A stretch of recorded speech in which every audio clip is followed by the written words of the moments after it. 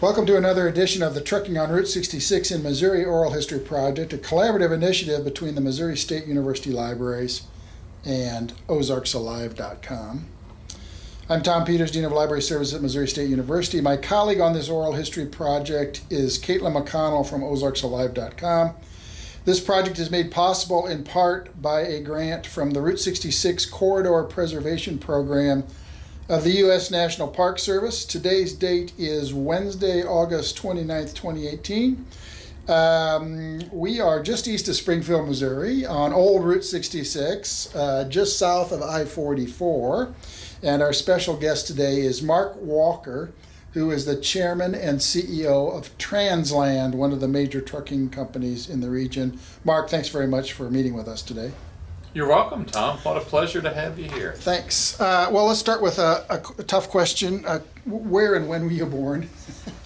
Well, I was born in Aurora, Missouri. Okay. In 1957 on April the 9th. Okay, so you're about 6 months older than I am. I was born in 57 in November 26th. So very good. Yeah. And how and when did you get into the trucking industry? Well, you could say that I got in the trucking industry a couple of times. One, I was born into it. Really? Dad worked for Frisco Railroad when I was born, and speaking, we can hear the BNSF train going by. They're going right by. So, Dad moved into the transportation trucking side of Frisco Railroad shortly after I was born, and that was his career. And I chose to follow a different career path. We often want to do something different than our fathers, and so I certainly wanted to be different. And 5.5 years ago, Dad and Mom asked if I wouldn't get involved in the company that they created in 1982. Okay, so your parents started what now is known as TransLand back in 82. Yes, yes. Did your dad ever talk about, one of the things that we've sort of learned from this project is that, especially in the early years and decades of the trucking industry, there was significant competition with the railroads. The railroads weren't really happy that trucking was coming on and was, in their minds, taking business away. So actually the Frisco started a trucking division, if you will, to try to capitalize on that growing way of moving freight.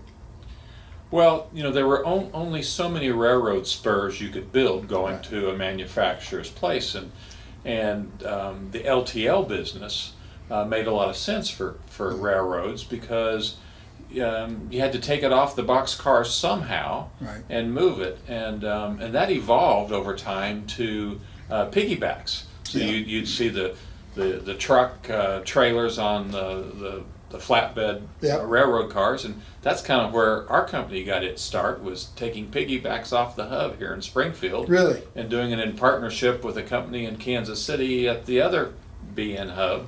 Yeah. Is that east of Kansas? I used to live in Kansas City. Is that big one there, east of town? So there's a couple of really big ones. Yeah. Two different railroads had big old yards, and BN's was there. BN's finally moved out around Lenexa, Kansas, pretty far south and west of there. But and there is one east as well. Yeah, and don't they call those multimodal? Today it's intermodal. Intermodal. You have intermodal. Intermodal. The trailers are manufactured differently. Many of them are either for rail cars only, or they may be designed to go on sea containers. Yeah, so they meet all the qualifications for container ship loading.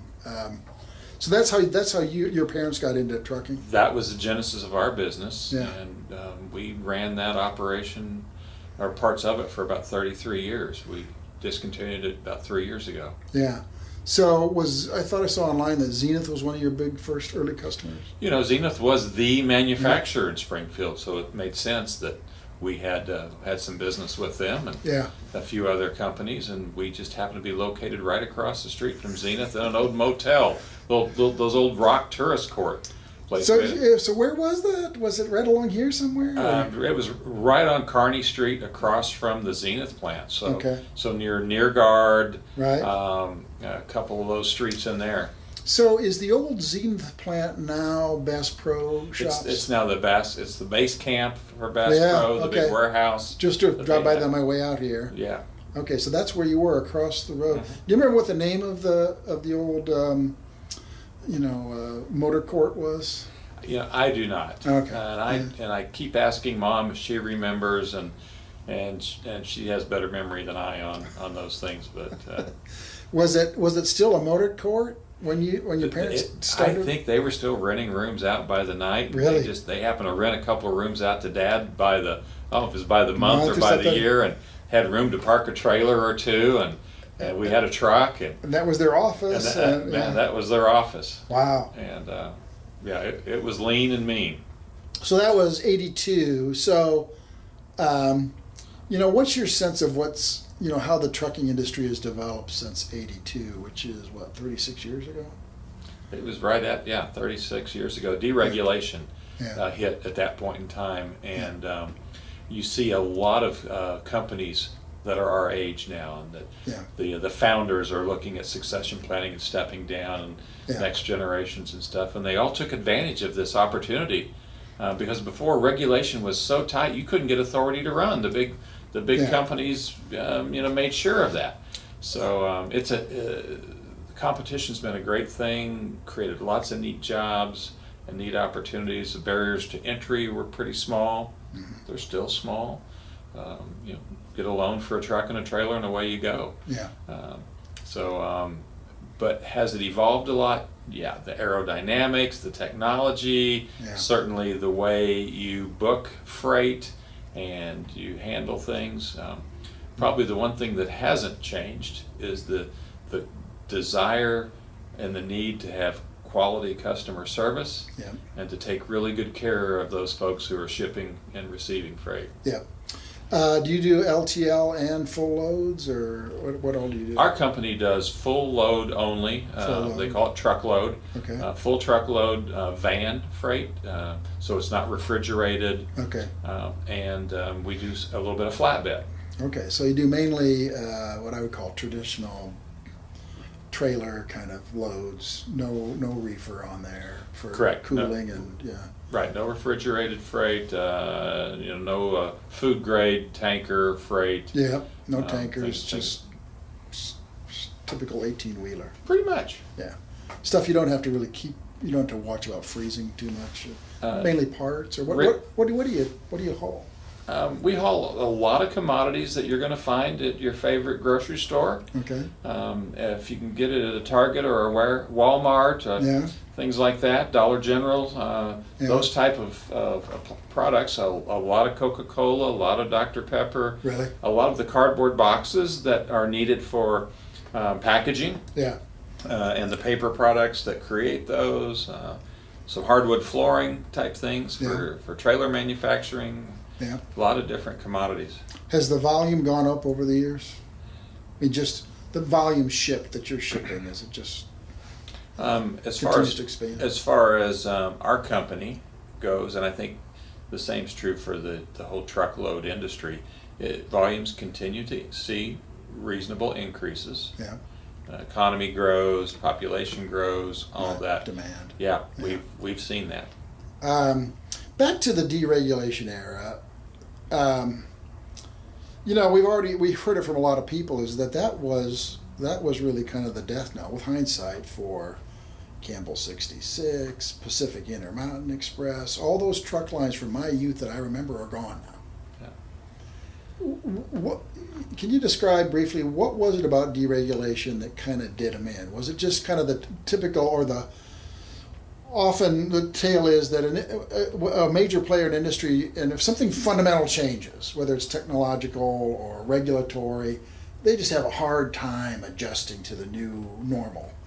And therefore, new companies can come on and gain market share. They're more agile, nimble.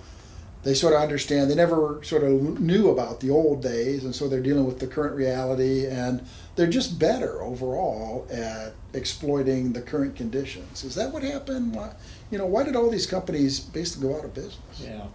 Well, Tom, I wasn't in the industry in '82, and I certainly wouldn't profess to be a student or a scholar of what happened then, and it's more of kind of observation from my seat in the industry now. Yeah. I would suggest that it could well be a different reason for each company. Yeah.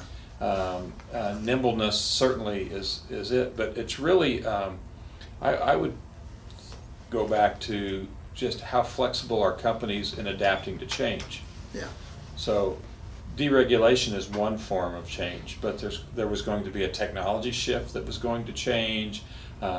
Warehouse distribution, things grew like crazy. As Walmart grew and things and needs changed, and I would say, the LTL companies that were attached to railroads, they certainly saw them working. Dad got into this business because he saw writing on the wall with what was going to happen to those LTLs. But the other companies, I think it need not be deregulation as the single cause for that. Yeah. Yeah. But it was really upsetting to the industry. That's, with hindsight, we can say. It was disruptive. Yeah. Yeah. So how big an area does TransLand cover?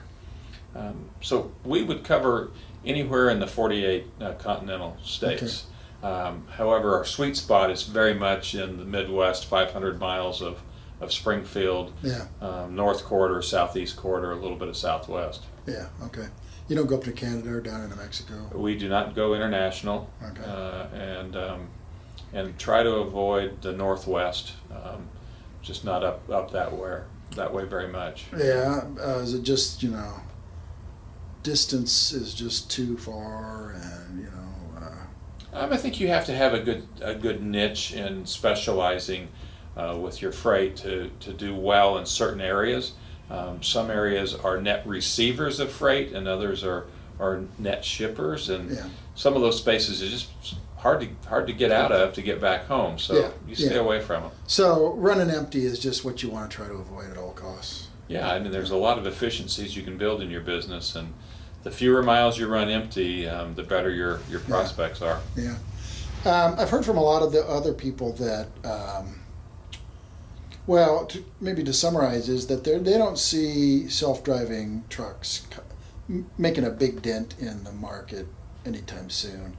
And there's really kind of a trucker shortage now. I mean, I had some people tell me that this might be the holiday gift-giving season where we have major shortages of product getting out around the country. I think it was most of us coming into Long Beach and getting that material from Asian manufacturers out into the U.S. markets. This might be the Christmas season, the winter holiday gift-giving season, that consumers really feel the pinch. I don't know what your thoughts. The American Trucking Association does a wonderful job of tracking data and reporting on it, and they'll tell you that we're probably at an all-time high on driver shortage right now. Really? It's always been a problem. Yeah. It's way pronounced now. It's we're nearing 50,000 drivers short. Wow. Projections of being up into the 200,000 drivers short as early as, say, 2025. That's serious. At the same time we're short on drivers, we're seeing an increase in the economy. I mean, we're up at 3% better GDP now, where we were hovering around 1.5% for a number of years. Well, that was kind of masking the driver shortage. So today, increase in demand for shipping goods with the shortage, it's creating a real hardship for a lot of folks. So I'm not going to predict that we won't see gifts on Christmas morning, but I will tell you. No presents under the tree. I think that shopping earlier might be a better thing for folks. Yeah. In my field, I don't follow it real closely, but I think probably the average age of people in my field is the highest it's ever been. We have a lot of people that are in the retirement zone. Same with trucking. Are you looking at is your group of truckers, is their average age inching upward?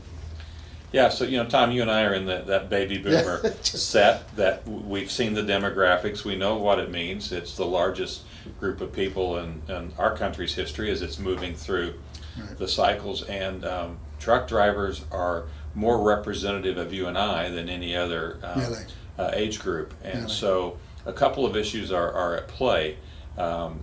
Certainly, they're aging. Health concerns are another area. We need to do everything we can to keep truck drivers as healthy as possible as a population. Right.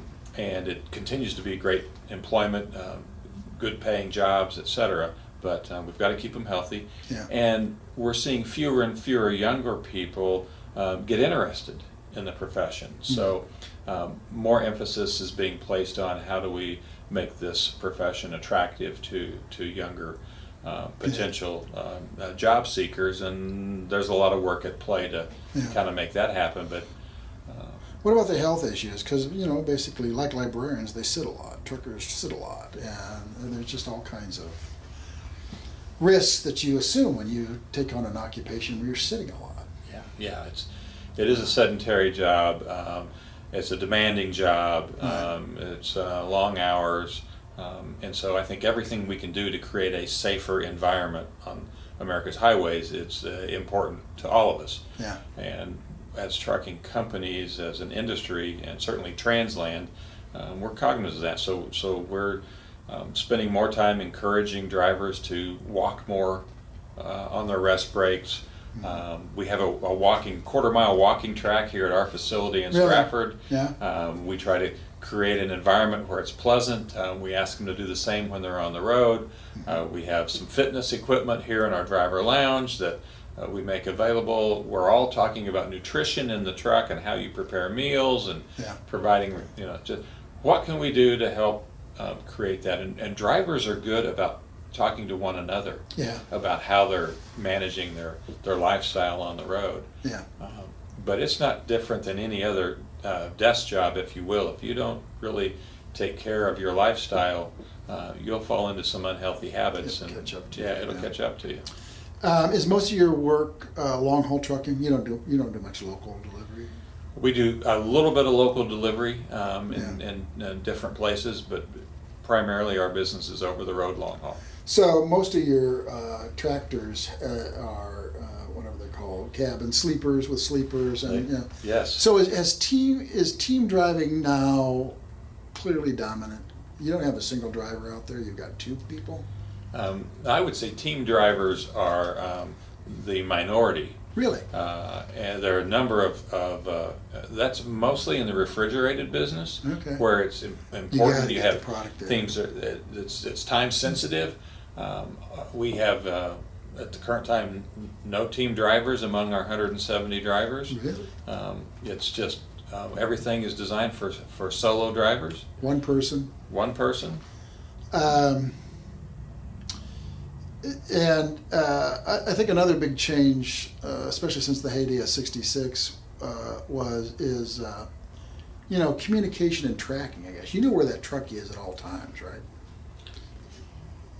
I will nod my head and say yes. We know where that truck is at all times. Okay. And are you getting to the point where even could you put some kind of a monitor on a driver so that if you sense that they were getting drowsy, you could tell in some way their eye movement is slowing down, or I don't know how you tell if somebody's getting drowsy, but I mean, are you at that point that you're able to monitor a driver just to make sure that they don't seem to be falling asleep?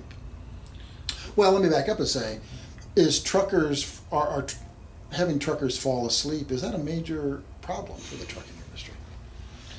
So lots of questions there, Tom. Let me try to tackle them. Okay, unbundle those. And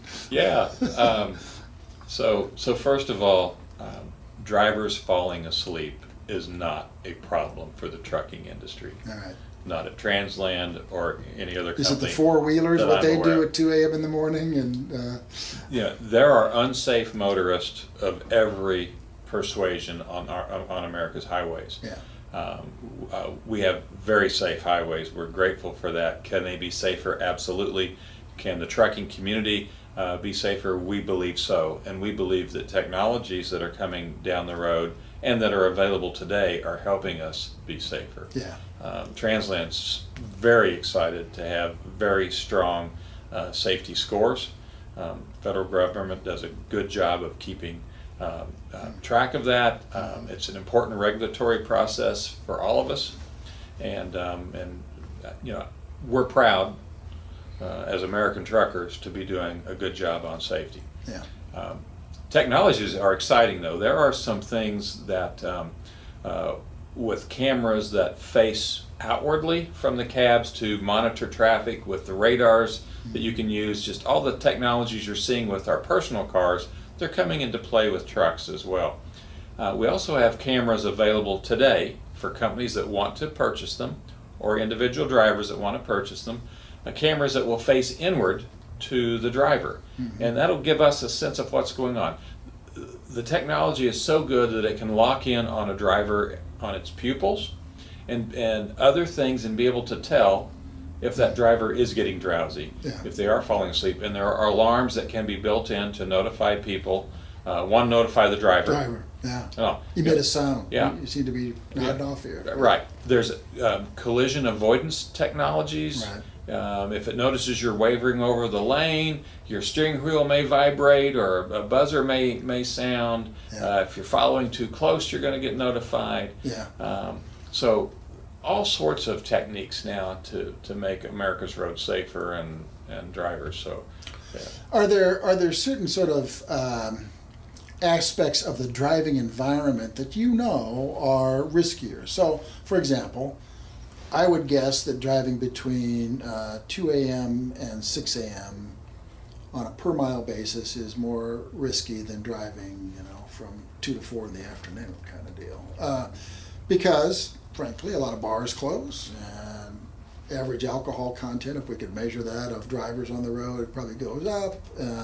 Fatigue, all kinds of things. Most people don't work at night, so their biorhythms are a little bit off. So one is kind of time of day, and the other is,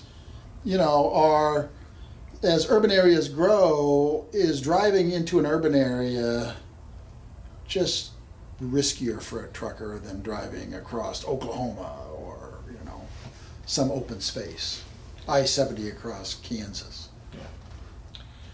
So Tom, I don't have any data to support when the riskiest times to drive are. Right. Just don't have it.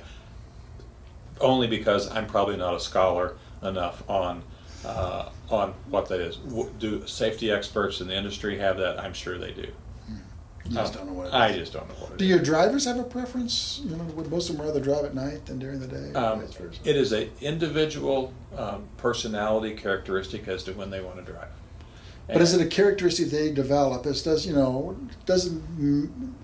so much dependent upon what the route is, what the load is, but they just say, I'd rather drive at night, everything else being equal. Some like the fact that it's less traveled highways at night, and so they may do that. Others may be more nocturnal inclined, and they'll do it. But generally, freight moves 24/7, and those that want to drive during daylight hours can and do. And not worried about the risk factors of that. I don't have good data on that part. The congestion in urban areas is real. It's serious. There's a lack of infrastructure around America. Brookings Institute, American Trucking Association, and others give you reports on an annual basis of where the greatest bottleneck areas are. I don't have the data to say what % higher risk it is for safety, but I guarantee you those bottlenecked areas are much higher risk. Infrastructure is an interesting thing. It's a big challenge for our nation. And I remember seeing somebody wrote an essay probably about 10 years ago saying, he'd been flying around to Europe and other places. He said, if you just looked at the airports and the roads, you would think that the U.S. lost the Second World War, because all these countries that lost have better infrastructure, roads and airports primarily, he was observing, than we do. Sometimes we have to invest in our infrastructure more. I mean, do you think it's seriously impacting the trucking industry that we have not enough lanes, deteriorating road beds? So every country gets to make decisions on what its priorities are for where it invests its scarce resources of capital. Some countries choose to invest more in their roadways, and they have taxation systems that allow them to do that in different ways than the U.S. has. I'm not aware of any place that has more roadway than the U.S. Just on per mile. Just on a per mile basis. Yeah. And very few states have more roadway than Missouri. In fact, I think we're 6th or 7th in the amount of highway things that we maintain. Yet we're State highways. State highways. State and federal. State grade highways. And, Yeah. But yet Really? we're funded at the 47th lowest. Yeah. So we are poorly underfunded in Missouri. We're poorly underfunded across the U.S. Yeah. With how much transportation has grown, travel has grown, population has grown. The system was wonderful when it was designed and built in the 50s and as it's matured, but it is in need of a huge makeover across the U.S. And there's some good initiative going on, not nearly enough. Missouri has an important ballot issue this November that would give us some additional tax funding. The problem is we're not keeping up with inflation on how much money we're putting into infrastructure investment. Yeah. So And gas tax in Missouri is very low. one of the lowest in the U.S. and certainly the lowest in the neighboring states around us. Yeah. And it's not counterintuitive, but as fuel economy improves, the use of gas, the taxation is based on the amount of gas purchased. If fuel economy improves, people are buying less gas, therefore you get less revenue. Electric cars, Hybrids. that's another problem. Yeah. I mean, it's a problem in this context of how do you fund infrastructure improvements. So now, for moving freight around this nation, it's trucks, trains, a little bit of airplane, but I mean, do you have a sense of, are those the three major ways that move stuff around? Riverways are yeah. a very important means Yeah. of transportation. So as we look at where our transportation funding goes, we have to look at the ports along the Missouri and the Mississippi River as Yeah, well, and yeah. so forth. And Good point. And for certain commodities like corn, Yeah. that's the best way to move it. But if you look at FedEx and UPS and those that have amazing air traffic Right. hubs, so yeah, there's a lot of movement. Today, 70% of all freight moves on America's highways on trucks. Really. So in essence, you got 70% market share. Railroad second, probably, Railroads are about and close to the 30%. and everybody else is. Everybody else kind of fills up the Yeah. difference. Do you see any, is there any sort of transformative, disruptive technology on the horizon? I'm thinking drones, but drones aren't going to really make a scratch, so to speak, and total freight moving around. Yeah, there's exciting. Drones are kind of the last mile Yeah. kind of thing. Right. But how do you get the boxes to the last mile? Right. And there's going to be neat designs. I've seen a few with 2 drones on top of a van, and you stuff the packages in the van, and you go to a point and you start loading up the drones, and away they go. Yeah. Who knows what's going to be the most cost effective?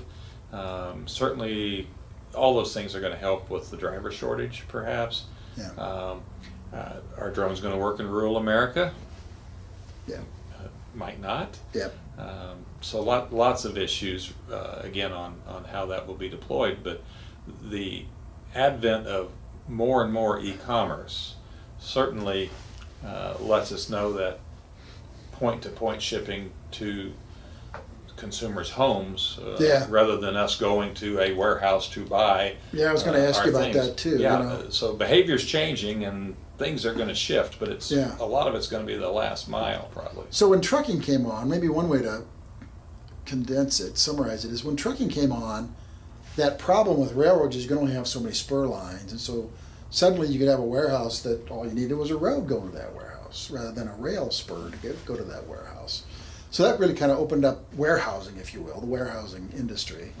But now we seem to be on a cusp where I'm continually amazed at how much, like Uber Eats, I mean, people want stuff delivered between Amazon Prime and Uber Eats. But what the bigger trend here is, like, we want stuff delivered to the point of use, whatever that use is, consumption or whatever, what kind of use is. I mean, is that another sort of almost like fundamental shift in the way we think about freight in this nation, and how are trucks going to help us with that, if that's indeed what's happening? Yeah. That's the new expectation. Well, Yeah. I want to deliver to my home. I mean, I think we're going to see a lot of that, and we already are. Yeah. The whole Amazon effect, Yeah. if you will.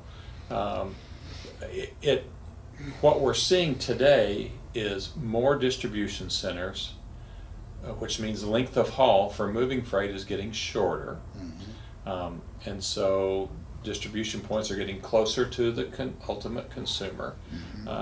That will continue to evolve, most likely. How it goes from warehouse to our homes, that remains to be seen. Just an analogy, a lot of neighborhoods limit the number of times trash trucks will come into their neighborhood to pick or up never trash. before 6 a.m. Or things, right. And so, because you just frequency and Right. damage to roadways, and so how often do you want delivery trucks coming in and out Yeah. of neighborhoods? And Yeah. and so we could be increasing congestion a lot Yeah. in roads that weren't designed for it. So we're going to have to really think this one through. Is anybody doing anything with limiting the types of freight that can be delivered direct to the end user? So, for example, they might say, books, small electronics, fine. Refrigerators, no. We're not going to. We're not going to deliver a refrigerator right to your house. I mean, that's sort of what the appliance store does in a straight truck. Yeah. Now, I mean, I don't know that there's any movement afoot for that. When I ordered furniture for my home in Springfield, it comes out of St. Louis. Yeah. From if I buy it from Macy's or Dillard's or wherever it's coming from there, they bring it directly to my house in a small truck. in a small straight truck. How else am I going to get it? Right. Yeah. I've seen trucks with what I would call forklifts right on board, and they're a lot of times for construction materials, maybe flooring, sod is often has the offload technology is on the truck along with the product. Do you see any? Could that be a thing where, in these kind of side loads where it's just collapsible, whether it might be a really durable kind of thing. And so, now with a truck, with a typical straight truck, you load it off the back. That's what you do. There's one way on, one way off. But with side loading, if you will, you got a lot more, you got easier access to the entire contents. And if you had your own offloading device, whatever it might be, then you could be going down the neighborhood delivering refrigerators or whatever, off of an 18-wheeler. Yeah, I think if there's a will, there's a way, and necessity will create the type of trailer that people use for that. And we see different trailers today that have roll-up sides. Yeah. For just all kinds of auto parts. It all depends on how you're what you're shipping. But especially for LTL stuff, because I was in the wholesale food business straight out of college, and man, the number of times we'd unload a pallet for somebody else to get access to a pallet for us is just it's a waste of time and effort. Exactly. So side loading on a 53-foot trailer might be the way. Yeah. Is there any other technology that you see on the near or distant horizon that would really be transformative in terms of trucking? Different type of engines, Another thing we've talked about, just kind of prep it, is during the heyday of '66, that's when diesels came in, Now we're so used to, sure, it's a diesel. What else would it be? Well, they were mainly gasoline-powered trucks. We're going to see electric trucks, or we're going to see, propane trucks. I don't know. Yeah. Diesel and gasoline worked because we had a distribution system of fuel. For whatever range they could travel, we set up a distribution system. Compressed natural gas, liquid natural gas, electric vehicles will all work for long haul operations if there's a network of distribution systems. Most of those are now functioning either in pilots or small applications in urban areas, short distance travel. I think we'll see even more of that. Cost curve just has not reached where it makes sense for most of us to do those type of technologies, alternative fuels, if you will. But I think we'll see it. And certainly the electric vehicle, there's a lot of people making some neat investments in that. And that combined with autonomous driving vehicles will, we're going to see all of that. I think solar has any. I mean, I was just thinking, trucks often are out in the sunshine. And I don't, just there's too much stuff to follow, but I mean, there's some experiments with putting solar panels right in the roadway, or you got a lot of space. You got a lot of nice, clean space on the back of a truck if you had the right, as long as the wind resistance wasn't a major factor, you could have solar panels on there that are generating some electricity. You mean you could? Is it going to be enough generation to power a truck to move 80,000 pounds down the highway? We don't know. Yeah. But it might be, so anyway, probably, so let me ask you, what do you see as let's start with the biggest threats first, and then I'll come back to the biggest opportunities. What do you see as the biggest threats to the trucking industry in 2018, the American trucking industry? So the biggest threats to our industry is the labor shortage of drivers. Yeah. That is, I think, what's keeping all of us for enjoying an even more robust business opportunity. Yeah. Is retaining drivers a challenge too? I mean, it's a tough work. Mm-hmm. Demanding work. Yes, retaining drivers is as difficult as recruiting drivers. Yeah. But it's also an area where we believe that's where you get your best return on investment. Mm-hmm. When you work to have systems and processes and approaches with your drivers that create a place where they want to work. Yeah. You've got to have a great place to work. Yeah. And that's a big ingredient of helping retain drivers. Are most drivers still paid per mile? That's the way they're paid. Yeah, I think depends on the application, but yes, over the road drivers, the model remains cents per mile. There are some models of hourly pay for that. Kind of just a few adopters of that. Yeah. A lot of the local delivery things are hourly wage. Yeah. What about? I mean, I don't even know this, but so you got what are they called? Wildcat drivers who are they're solo. They're just in business for themselves, basically. They got their own truck. Yeah, owner operators. They're independent. They own their own trucks. So you got owner operators. You got small companies. I'm assuming, like your mom and dad. Grew from a small company. You got about 175 drivers. About 175, correct. Now, and then you got really large trucking companies. Yeah. What do you see as kind of that? If that's a three parts of a mix, how's that? Does the independent owner operator have a future? Are they kind of dinosaurs? So again, lots of questions. I think there's great opportunity long term for independent operators, owner operators.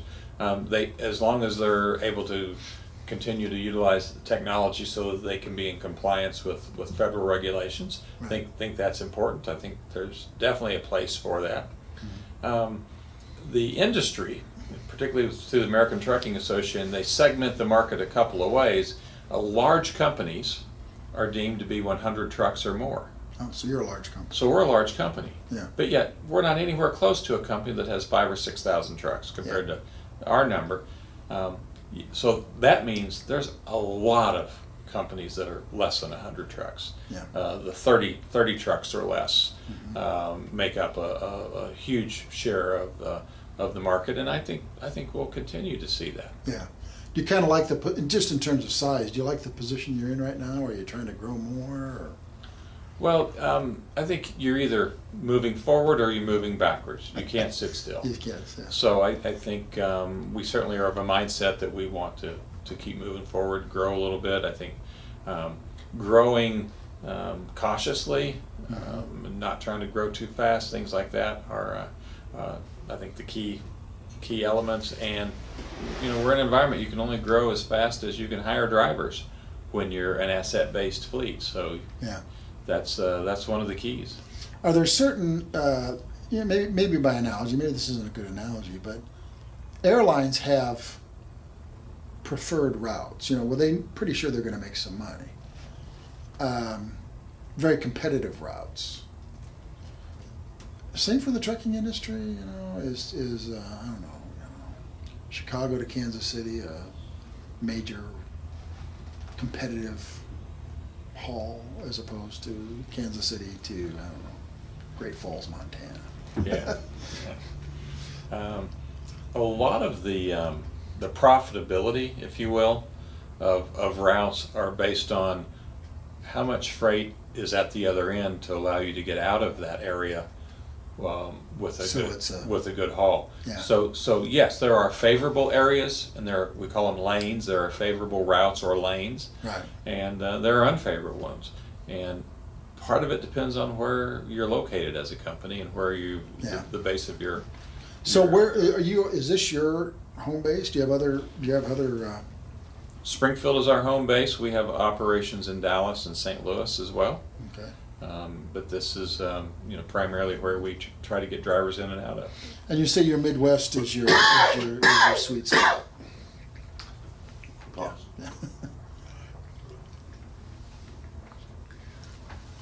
Yeah, Midwest is definitely our sweet spot. Kind of I'm guessing the Midwest is almost like the perfect mix of population, but yet it's distributed enough so that you're not. I imagine trucking up and down the East Coast has just got its own set of headaches that. Yeah, we don't do a lot of up and down West Coast or East Coast. Yeah, we Intermountain go West, in. you got a lot of miles with very little population. Yeah, we go in and out. Yeah. Usually, Pennsylvania, New Jersey, back this direction. Yeah. Carolinas, back this direction. Yeah. Things like that. So how? Let me switch topics, or lanes. Maybe is the best metaphor. Let me switch lanes here and ask you. So how do you do you have people that are signing up contracts for loads, and they're the experts in sort of saying, okay, we take this to Denver, and what are we going to bring back from Denver? They're kind of pairing up loads so that run is lucrative. You have a whole, I want to call it a sales team, but maybe that's not what. Yeah, we not have really dispatchers per se, but they're the ones making the deals, if you will. Yeah, we have a team of customer service representatives and a sales team that works with them. And we work in conjunction with our operations group, our fleet managers. So we know what areas we are going to be moving freight to and from, and where we may have gaps, where we want to find ways to get out. So but it's a team. Yeah. Kind of a team approach. And I imagine you have some metropolitan areas where you say, well, we could bring all kinds of loads into Fayetteville or someplace, but getting stuff out is the real challenge. So your sales team's challenge is to find stuff to bring out of there. Mm-hmm. Yeah, you have to keep a balance. Or vice versa. Yeah, we're doing a lot of stuff out, but man, getting stuff to go in, that's you got to balance it, or you got problems. And those who are expert in the business, been around a while, they pretty well know where those areas are. So let's talk about education. A lot of the people that talk about the early days, it was, school of hard knocks. That's where you learn how to truck. Mm-hmm. Now there are driving schools. There are, it's more. There are more educational opportunities. Where do you see sort of, how important is education to the trucking industry, and are there any opportunities there for different type of education? I don't know. Yeah. What I hear from a lot of people about just talking about university graduates is, well, you got your technical skills, but you also got your soft skills, just getting along within an organization and that kind of stuff. Yeah. So I would say that the trucking profession is no different than any other profession in terms of education requirements and the value that gets placed on um, education and good soft skills, good communication skills, and just being knowledgeable about things. The industry has definitely evolved. You know, there are those folks who still learn to drive on the family farm. Yeah. But you do have to get qualified in other ways. But there are fewer people coming off the farms these days. Right. And so we have to have quality. The litigation, the risk, the need for being as safe as one can possibly be requires quality training programs. And I think there's a lot of pride throughout the industry that we're doing a really good job with training programs and bringing people in that are qualified, and we stay with them and continue to refine their skills until they meet requirements where we can put them in a truck and move on. And so that's not, that's improving a lot. The equipment's moving to where the demands of driving, of shifting gears and clutching and all, you can focus more on driving skills with automatic transmissions that are vastly improved today over what they were a number of years ago. And then, but the whole knowledge base of, it's not any different again than most other jobs today. There's a lot of technology applications that one uses. The in-cab communication system that we have, the typing skills of being able to load data in there. Critical thinking skills continue to be really important. So how one develops those skills may not be as important as the fact that they do develop them, but we have to create ways. You know, back in the glory days of Route 66, 50s, 60s, 70s, a lot of those truckers reported if they broke down, sometimes it was like they're going to fix the truck if they could get it back running again. Or the trucking community said, dude, other truckers would stop and help you. I'm guessing today, if you have a breakdown, chances that the driver is going to be able to resolve the problem are less and less as the technology becomes more advanced. Is that true? I think it's a good generalization overall. Owner-operators today, you're driving your own truck, you probably are your own mechanic for a bit of things as best you can be. Stuff you can do. And I love getting to know our drivers who are mechanically inclined and know what's going on with that truck when they hear it and can fix it. The computerization. And are they better driver? I mean, in the sense that they sense something's not right. They can almost like troubleshoot. Like this truck's not performing quite the way it should be. Maybe I should stop and have it looked at before I have a total breakdown. Those are drivers that add a lot of value to the job, and probably create a higher standard of what they're able to do, and I think they take great pride in the roles that they play. It is not necessary for you to be a mechanic in order to drive a truck today, because there's a lot of roadside assistance networks set up today, and we certainly utilize them. And when trucks break down today, it's often environmental issues. The new emissions control systems that are put in these things have a number of challenges that are still being worked on throughout the industry, and you just don't fix those with your toolkit. Right. It creates a whole new. When it's computerized, it's a problem. Excuse me. Is weather much of a factor?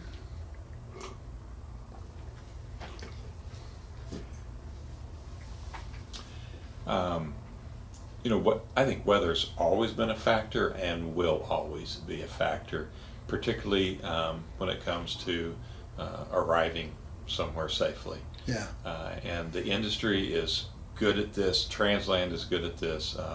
We do not want our drivers to drive in any condition that they don't personally feel like they can drive safely in. And is fog a bigger issue than I would imagine? I usually think snow and ice, but is fog a bigger issue? Again, that's some interesting data that I'm sure the American Safety Council might have some data on, or others, because it has the potential for being very serious. what the reality is, I don't know. Another line of question, then we'll wrap up here. Loads and loading, I guess. You see any breakthroughs in that? I mean, for a lot of commodity, it's become very mechanized. They're just running those forklifts right in there, and they can load a truck. Yeah. I toured for another line of, not related to this grant, but I toured a barrel making company up in Cuba. They load those barrels right in. There's no pallet. There's nothing. They just load them right into the truck. I think it was 3 or 4 wide and 3 high, and it pretty much fills up that trailer. And they're just in there loose. Yeah. But they're tight, so they don't move around too much. Yeah. I mean, do you see anything in terms of packaging and loading, palletization, things like that could be improved radically at this point? Or we pretty much figured that out? Yeah, well, if I were an engineer or one inclined to be able to do that, there might be a good economic opportunity for you. What we're seeing in the industry is the number one objective is to keep the driver moving, not having them wait for hours to load and unload, and waiting for a load. And different processes of loading or unloading take different amounts of time. So what we're doing now is we're buying more trailers, and we're dropping trailers at locations where they can be preloaded. Yeah. Then the tractor comes in, just connects, and away they go. And so they have a system there where they load, and then you drop a full trailer and pick up an empty, and you keep moving. Yeah. And therefore our trailer to truck ratios are increasing 1.5, maybe 2 times, whereas companies may used to have two trailers for every tractor. Now they're going up to 3, and some companies are reporting 4. Interesting. So it's great for the trailer manufacturers, and it's good for American economy. It helps keep freight moving, and it's one of the ways we're dealing with the driver shortage. But the more you can condense the wait time for drivers, the happier the driver is, the better you can retain them. Keep them rolling. And I think the more efficient we are in general with our... Yeah, I mean, if you want to see a group of frustrated drivers, have been some kind of place waiting for their load to get the load. I mean, they don't like sitting still. Not at all. Waiting for something to happen. No, it's just... All right. Well, thanks very much for speaking with us. A lot of good information. My pleasure.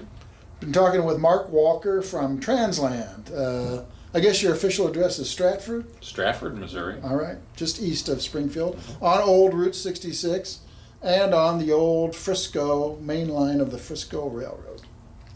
Thanks very much. You're welcome. My pleasure.